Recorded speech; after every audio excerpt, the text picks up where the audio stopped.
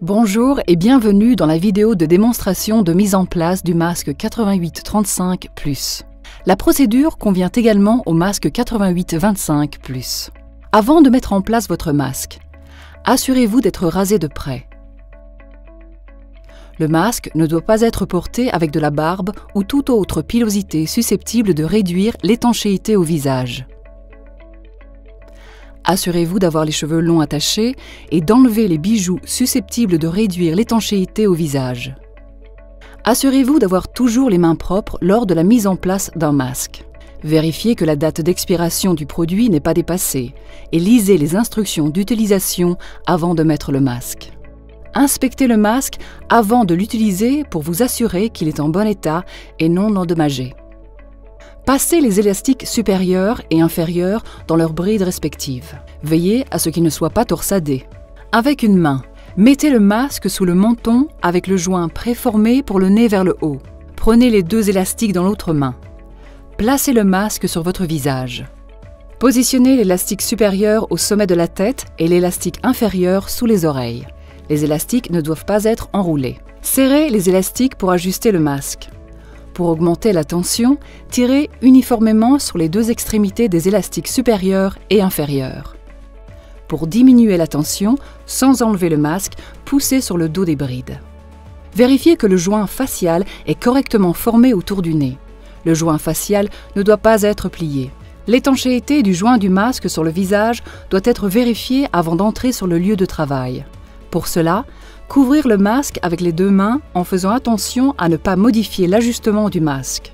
Puis, inspirez fortement. Vous devriez sentir le masque s'écraser légèrement sur votre visage. Si ce n'est pas le cas et que vous détectez des fuites d'air au niveau du joint, repositionnez le masque sur le visage et réglez la tension des élastiques pour éliminer les fuites. Ensuite, recommencez la vérification d'étanchéité. Si vous n'arrivez pas à atteindre un bon ajustement, informez votre superviseur et n'entrez pas dans la zone dangereuse.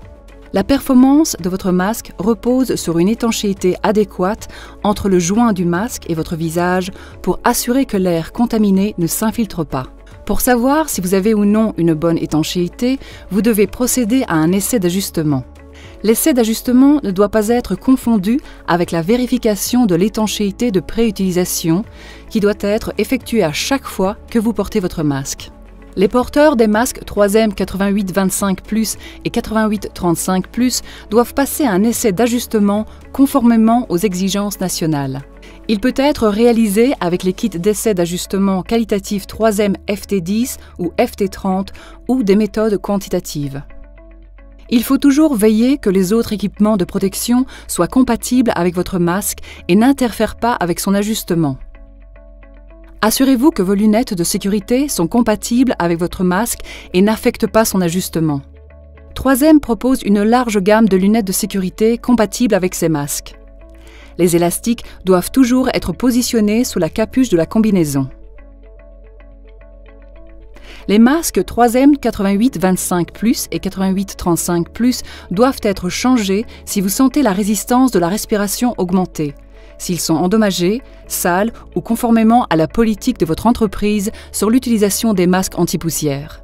Si le masque doit être utilisé plusieurs fois, le joint facial doit être nettoyé à la fin de chaque utilisation à l'aide d'une lingette nettoyante 3M 105. Le masque doit être stocké dans un sac propre et fermé entre les utilisations. Pour plus d'informations sur ces produits, merci de contacter votre représentant 3M. 3M Science au service de la vie.